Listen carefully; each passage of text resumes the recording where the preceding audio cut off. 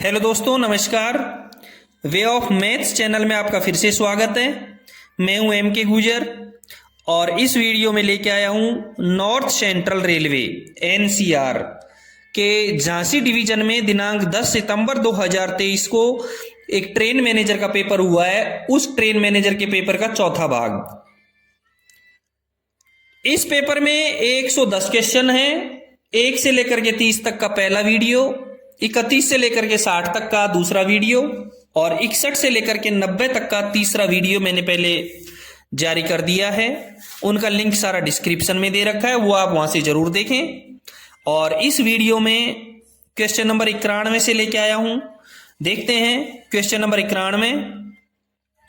अर्धवेतन अवकाश, जिसको अंग्रेजी में HLAP कहेंगे, कितने दिन इकट्ठा हो सकता है, यानी कि HLAP कितने दिन इकट्ठे किए जा सकते हैं रेलवे में। अर्धवेतन अवकाश कितने दिन इकट्ठे हो सकते हैं। ए में दे रखा है 300, बी में दे रखा है 150, सी में दे रखा है 240 और डी में दे रखा है अनलिमिटेड। दोस्तों, HLAP अनलिमिटेड इकट्ठी की जा सकती हैं। रेलवे के सर्विस के दौरान अर्धवेतन अवकाश HLAP अनलिमिटेड इकट्ठी की जा सकती हैं, लेकिन LAP 300 इकट्ठी की जा सकती हैं और CL इकट्ठी नहीं होती हैं। मेडिकल लीव अनलिमिटेड और LAP 300 इकट्ठी की जा सकती हैं। 91 नंबर के क्वेश्चन का करेक्ट आंसर हुआ डी। क्वेश्चन नंबर 92 देखेंगे। Select the most appropriate option to improve the underline segment, यानी कि रेखांकित खंड को बेहतर बनाने के लिए सबसे उपयुक्त विकल्प का चयन करें। रेखांकित खंड को बेहतर बनाने के लिए, अच्छा सेंटेंस बनाने के लिए निम्न नीचे जो विकल्प दिए गए हैं उनमें से चयन करें। She are having 2 brothers and 3 sisters. She are having को चेंज करना है। 2 ब्रदर्स एंड 3 सिस्टर्स।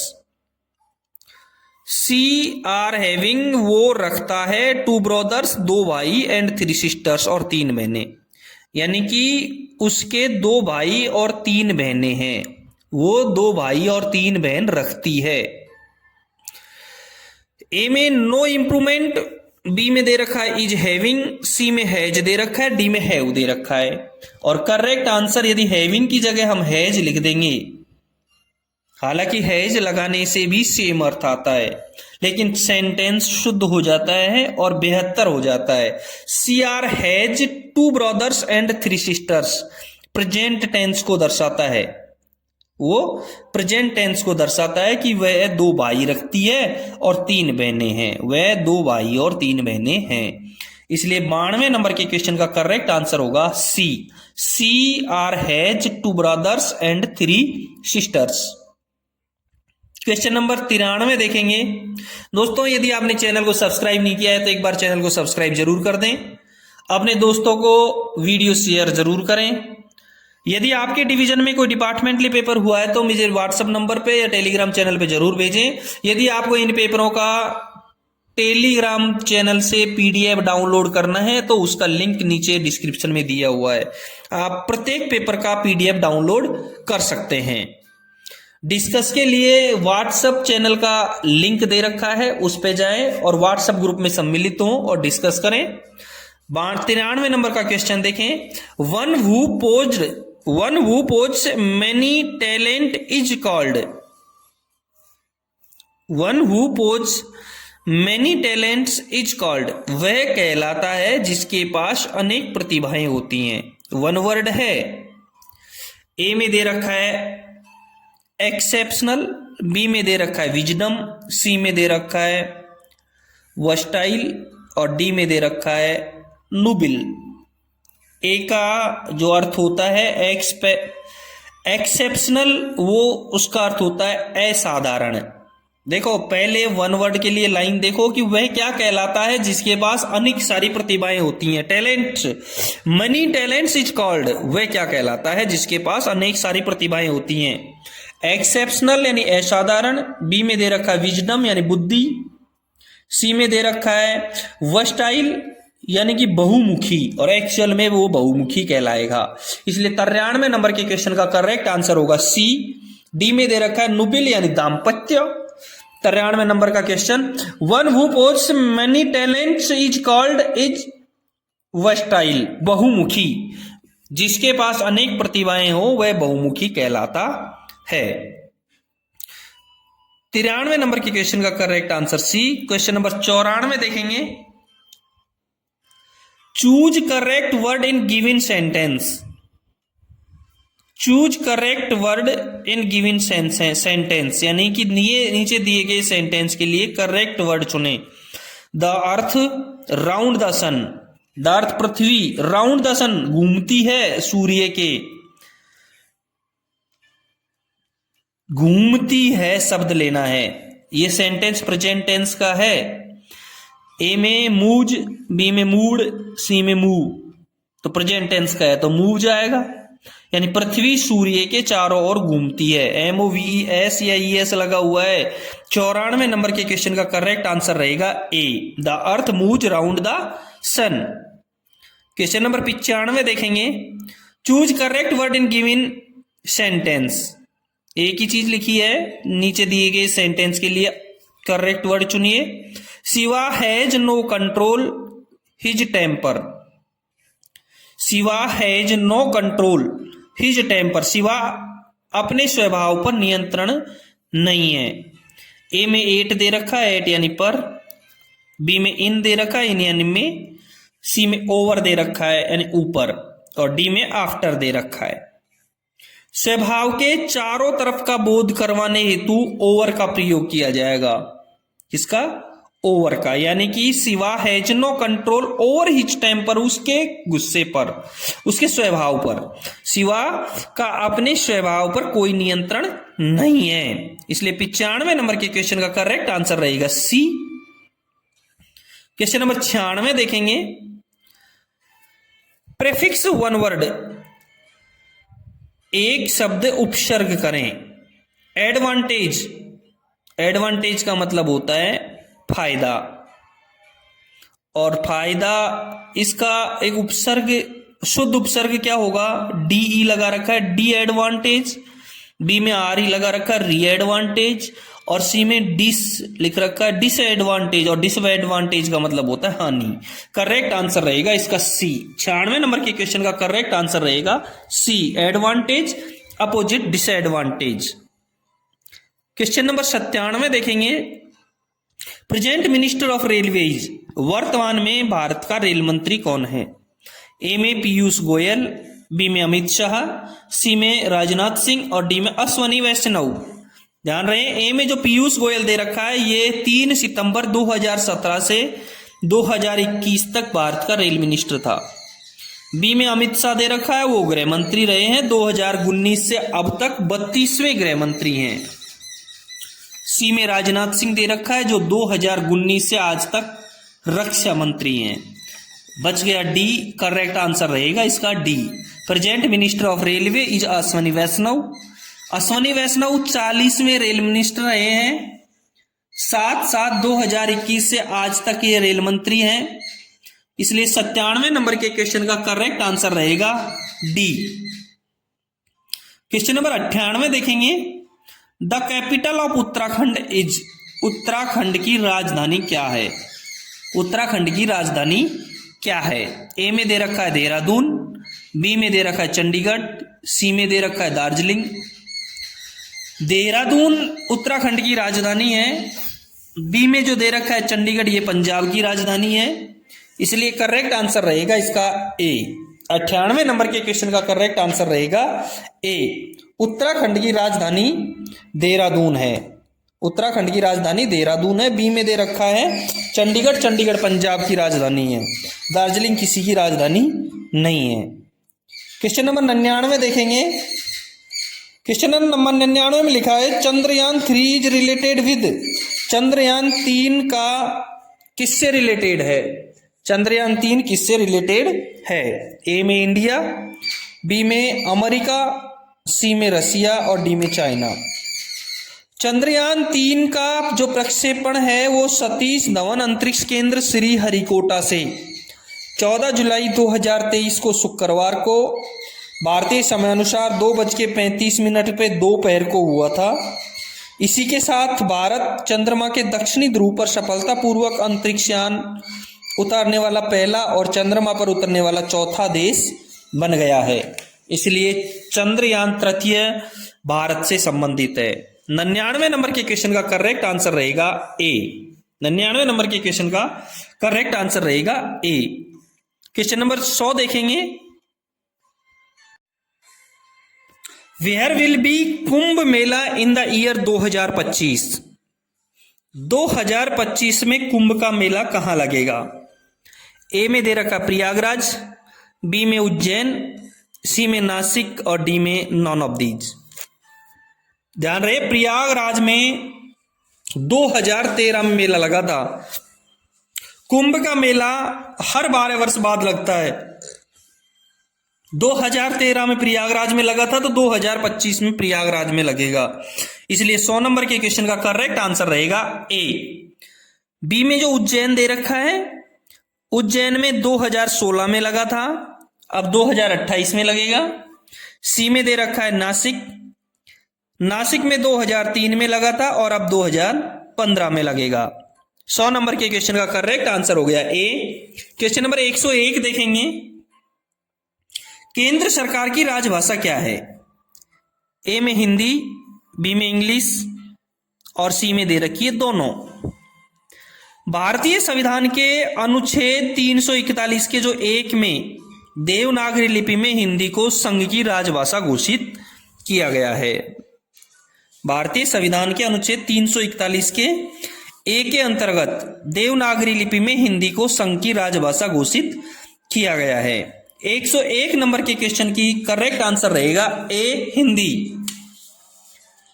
दोस्तों, यदि चैनल को सब्सक्राइब नहीं किया है तो एक बार चैनल को सब्सक्राइब जरूर कर दें। पिछले वीडियो देखने के लिए टेलीग्राम चैनल पर जरूर जाएं, वहां वीडियो मिलेंगे और आपको पीडीएफ जरूर मिलेंगी। 102 नंबर का क्वेश्चन देखेंगे। राजभाषा कौन सी लिपि में लिखी जाती है? राजभाषा कौन सी लिपि में लिखी जाती है? अभी आपको बताया है कि भारतीय संविधान के अनुच्छेद 341 के 1 के अंतर्गत देवनागरी लिपि में हिंदी को संघ की राजभाषा घोषित किया गया है। लिपि कौन सी होगी? देवनागरी। 102 नंबर के क्वेश्चन का जो करेक्ट आंसर रहेगा वो रहेगा ए। 103 नंबर का क्वेश्चन देखेंगे। केंद्रीय हिंदी समिति के अध्यक्ष कौन हैं? केंद्रीय हिंदी समिति के अध्यक्ष कौन हैं? ए में दे रखा है प्रधानमंत्री, बी में राष्ट्रपति, सी में मंडल रेल प्रबंधक और डी में महाप्रबंधक। केंद्रीय हिंदी समिति देश में आधिकारिक भाषा के रूप में हिंदी के प्रचार और प्रगति के लिए दिशा निर्देश देने का काम करती है। केंद्रीय हिंदी समिति का गठन साल 1967 में किया गया था और इसका जो अध्यक्ष होता है वो प्रधानमंत्री होता है। तो 103 नंबर के क्वेश्चन का करेक्ट आंसर रहेगा ए। केंद्रीय हिंदी समिति का अध्यक्ष कौन होता है? प्रधानमंत्री। अगला क्वेश्चन 104 नंबर का देखेंगे। विश्व हिंदी दिवस खाली जगह को मनाया जाता है? विश्व हिंदी दिवस कब मनाया जाता है? ये 7 जनवरी 2023 को एक ट्रेन मैनेजर के पेपर में भी आ चुका है। ये क्वेश्चन बहुत इंपॉर्टेंट है। ए में दे रखा है 14 सितंबर, बी में दे रखा है 8 मार्च, सी में दे रखा है 26 जनवरी और डी में दे रखा है 10 जनवरी। विश्व हिंदी दिवस प्रतिवर्ष 10 जनवरी को मनाया जाता है। 104 नंबर के क्वेश्चन का करेक्ट आंसर रहेगा डी। विश्व हिंदी दिवस 10 जनवरी को मनाया जाता है और हिंदुस्तान में जो हिंदी दिवस है वो 14 सितंबर को मनाया जाता है। यदि हिंदी दिवस का होता तो 14 सितंबर और विश्व हिंदी दिवस का आ गया तो 10 जनवरी। दोस्तों, विश्व हिंदी दिवस प्रतिवर्ष 10 जनवरी को पूरी दुनिया में मनाया जाता है और इसके मनाने का जो उद्देश्य है वो हिंदी के प्रचार प्रसार के लिए जागरूकता पैदा करना और वैश्विक स्तर पर इसे एक अंतरराष्ट्रीय भाषा के रूप में पेश करना है। वैश्विक स्तर पर हिंदी को लेकर पहला आयोजन 10 जनवरी 1974 को महाराष्ट्र के नागपुर में किया गया था। इस सम्मेलन में जो 10 जनवरी 1974 को नागपुर में किया गया था, जिसमें 30 देशों के 22 प्रतिनिधियों ने भाग लिया था। इसलिए विश्व हिंदी दिवस प्रतिवर्ष 10 जनवरी को मनाया जाता है। राष्ट्रीय हिंदी दिवस 14 सितंबर को मनाया जाता है। हिंदी भाषा को मान्यता देते हुए 14 सितंबर 1949 को संविधान सभा ने हिंदी को देश की आधिकारिक भाषा का दर्जा दिया था। हिंदी भाषा देश के अधिकतर क्षेत्रों में बोली जाने वाली भाषा है, जिस कारण हिंदी को राजभाषा का दर्जा दिया गया था। 14 सितंबर को राष्ट्रीय हिंदी दिवस, 8 मार्च को राष्ट्रीय महिला दिवस, 26 जनवरी को गणतंत्र दिवस और 10 जनवरी को विश्व हिंदी दिवस मनाया जाता है। 104 नंबर के क्वेश्चन का करेक्ट आंसर रहेगा डी। क्वेश्चन नंबर 105 देखेंगे। राजभाषा अधिनियम और राजभाषा नियम, राजभाषा अधिनियम और राजभाषा नियम के अनुपालन के लिए कौन उत्तरदायी है?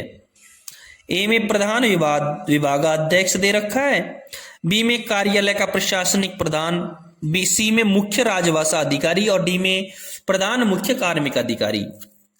105 नंबर के क्वेश्चन का करेक्ट आंसर रहेगा बी। राजभाषा अधिनियम और राजभाषा नियम की अनुपालना के लिए कार्यालय का प्रशासनिक प्रधान जिम्मेदार रहेगा। कार्यालय का प्रशासनिक प्रधान जिम्मेदार रहेगा। ठीक है। क्वेश्चन नंबर 106 देखेंगे। राजभाषा नियम 1976 के अंतर्गत वर्गीकृत क्षेत्र हैं।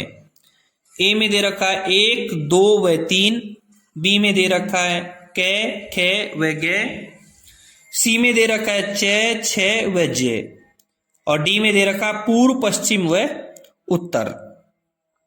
राजभाषा नियम 1976 के जो अंतर्गत देश को भागों में बांटा है, वो 3 भागों में बांटा है, कै, खे और गे में। मैं आपको बता दूं, क्वेश्चन नंबर 106 का करेक्ट आंसर तो रहेगा बी।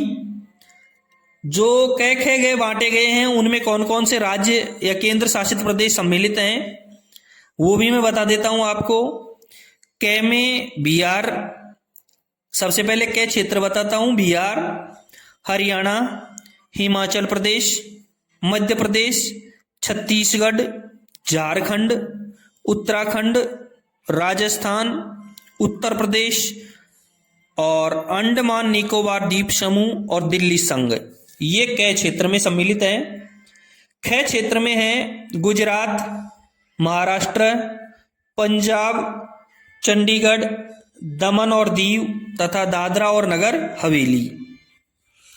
गे क्षेत्र में जो सम्मिलित किए गए हैं वो हैं उड़ीसा, बंगाल, आसाम, अरुणाचल प्रदेश, नागालैंड, मेघालय, मणिपुर, त्रिपुरा, मिजोरम, तमिलनाडु, तेलंगाना, कर्नाटका, आंध्र प्रदेश और केरला, ये गे क्षेत्र में सम्मिलित हैं।